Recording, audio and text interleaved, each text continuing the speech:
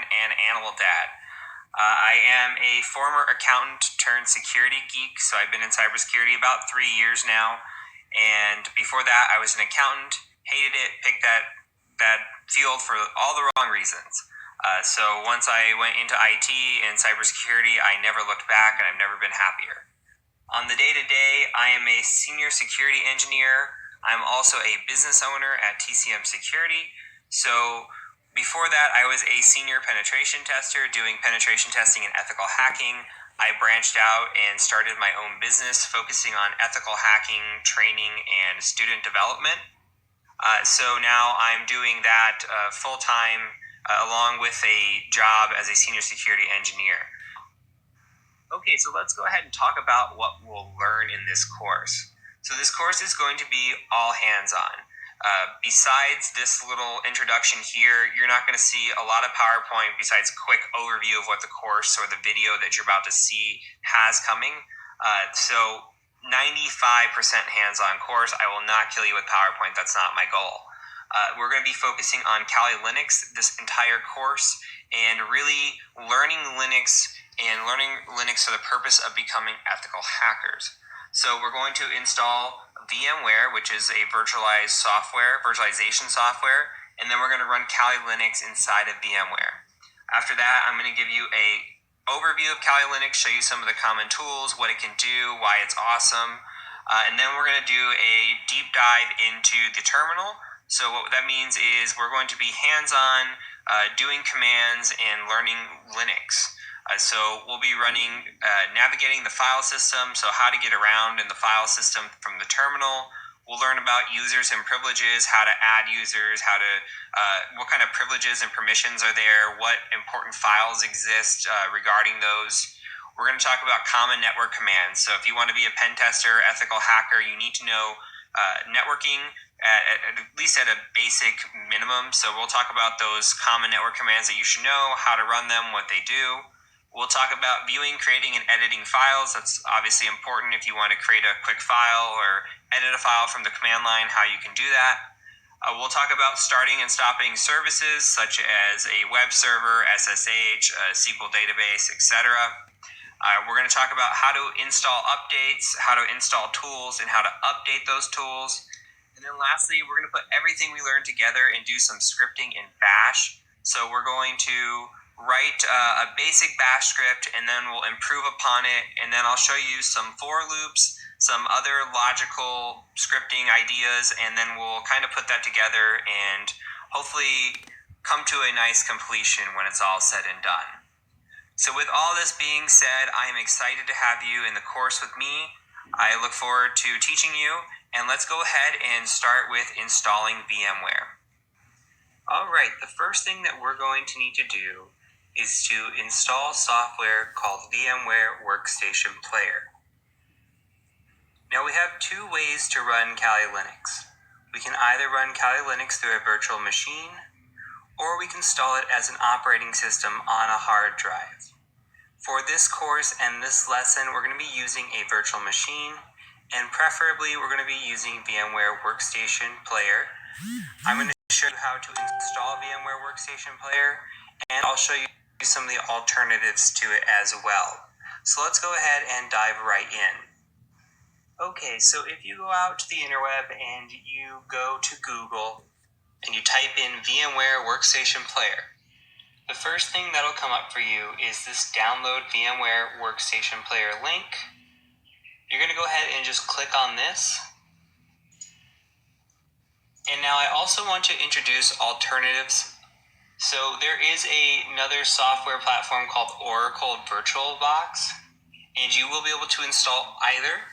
My preference and the course that's going to be taught the rest of the way through is going to be in VMware Workstation Pro, but we will use Player for the install. You'll be able to follow along with Player. You'll also be able to follow along with Oracle VirtualBox if you so choose, but we will not be showing that installation.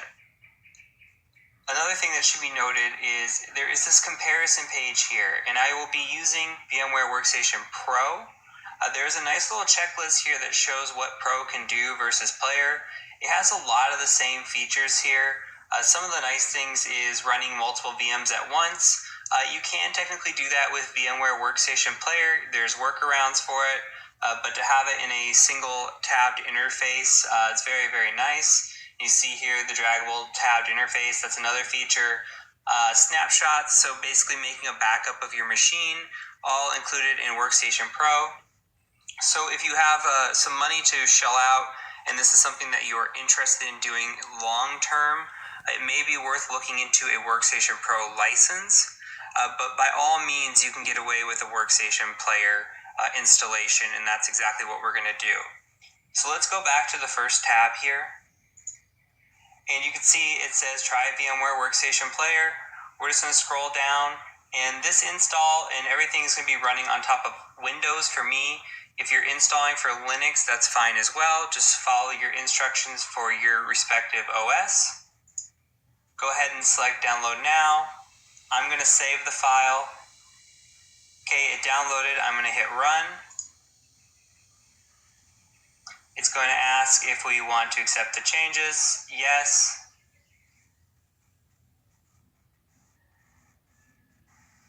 Okay, now we're going to hit next. We'll accept the license agreement and possibly give away our firstborn. I'm going to go ahead and check yes for the enhanced keyboard driver. We don't need to check for a product update. We don't need to join the VMware Customer Experience Improvement. We'll hit next on that. You can leave both of these checked or check to your preference, and then hit install. And while this is installing, I can actually show you what VMware Pro looks like. This is a Pro instance running here. You can see that I have the tabs and they're draggable as it was notated in that differential spreadsheet that you saw. And I've got a Kali instance running. That's actually my main Kali machine. I've got Windows 10 running here, and this is all actually sitting on top of a real Windows 10 machine as well. So we're just installing Workstation Player. I'm going to run a VM inside of a VM, so it's going to be a little bit of VMception here. And then we're just going to hit finish. And then we are going to restart this machine as it needs a reboot real quick. Okay, now we are restarted and we're back to our desktop here. You can see that VMware Workstation Player has been added to the desktop. Let's just go ahead and double click that to open it. And we're going to choose to use VMware Workstation 15 Player for free for non-commercial use. If we wanted the Pro Edition, we would enter in our access key here, our license key, and continue on with the Pro Edition. And now we will use the finish button here, and we will be brought to our VMware Workstation 15 Player. So you can see here that it's a much, much different view. It's very, very basic. We have the option to open a VM here, and we'll have the one VM stored in this tab that we can open up, and that'll be it. There are ways around running multiple VMs at the same time, but if you're looking to build a fluid lab out and have multiple VMs running similar to what I have here, having the VMware Pro, again, it does have its benefits here. So you can see this is a much, much different look. This is very generic as we can see here. So from here, what we're going to do is we're going to go ahead and stop. In the next video, we are going to focus on downloading Kali Linux, and we'll talk about what Kali Linux is and some of its features as well. So I'll catch you over in the next video. All right, now let's move on to installing Kali Linux in our VMware software. Okay, so picking up where we left off, we had just installed VMware Workstation 15 Player, and now we need a VM to actually be able to play with it. So this whole course is going to be based on Kali Linux. If we open up a internet browser here, I've got a few tabs already opened. So what I want you to do is go ahead and go out to Google and just type in Kali, K-A-L-I, Linux download, and leave it here. What we're going to do as well is I want to talk just a quick second about what Kali Linux is.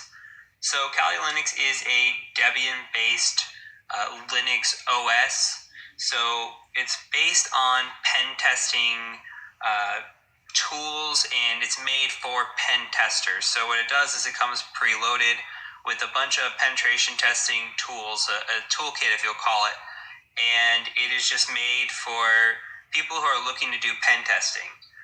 So this is provided by Offensive Security.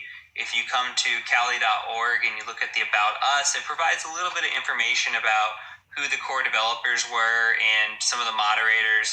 But basically what it is it followed up a tool called, or a distribution called Backtrack. So the new tool is Kali Linux. Now there are alternatives out there. One of the alternatives right now is called Parrot. So if you go to parrotsec.org and you look into what is Parrot, you can see that they have different distributions and they talk about why Parrot's different, but they do have a pen test distribution here. So for this course, we're going to be using Kali Linux, but I always do like to introduce the alternatives. Kali Linux is probably more popular at this point. Parrot OS is kind of on the newer side. Some people are starting to get behind it and liking it, but I would say Kali still dominates. The third option is that you set up your own distribution. So you have an OS that you like, and then you install the tools on the OS that you like, and you have your own custom build. So some people feel like Kali and even Parrot, they come with a bunch of tools that they'll never need, so their system's bloated, and they really just have a set amount of tools that they like, and if there's a tool that they want to add into the system, then they'll download that on their own.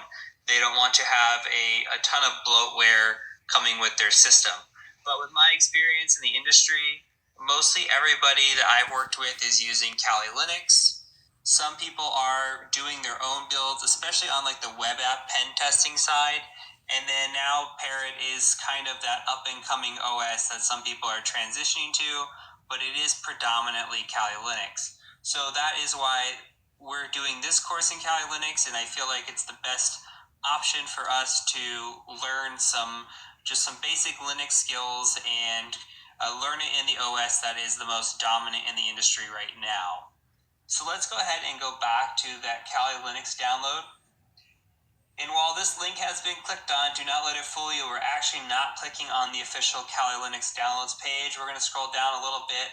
I want to go to the Kali Linux custom image downloads page, and I'll show you why here. So this is that offensive-security.com. Make sure that's the one you're following along with. And if you scroll down just a bit, you see that they're providing us VMware images and VirtualBox images. So remember when I told you that VirtualBox was an option? If you chose that option, here you go, right here, you'll click on this tab and you will download the VirtualBox image. Now, what we're going to be doing is we're going to be running Kali Linux VMware 64-bit, and we're going to download this 7-zip right here. You also have the option to download a torrent if you'd like. The file size is going to be 2.4 gigs, so it might take you a minute depending on your speed of your internet. And they also provide a SHA-256 sum if you want to check the file when you download it. So I'm going to go ahead and just hit download on this, and I'm going to save it. And I will come back as soon as this file is finished downloading. Okay, so my file has finished downloading. I'm going to navigate to the folder where it has downloaded to, which is the downloads folder. And you can see here that it is a 7-zip file. So my installation by default does not have 7-zip. If you do not have 7-zip either, we can go ahead and download that together. So if you go out to Google and you just type in 7-zip, the first thing that comes up is 7-zip.org. You'll see a download tab here. Just go ahead and click on that link. And go ahead and download the executable for your respective operating system. So for me, I'm going to be downloading the 64-bit Windows version here. And I'm going to hit save. I'm going to hit run. Say yes. I'm going to go ahead and install to the default directory. Okay, now that it's installed, let's go back to our folder.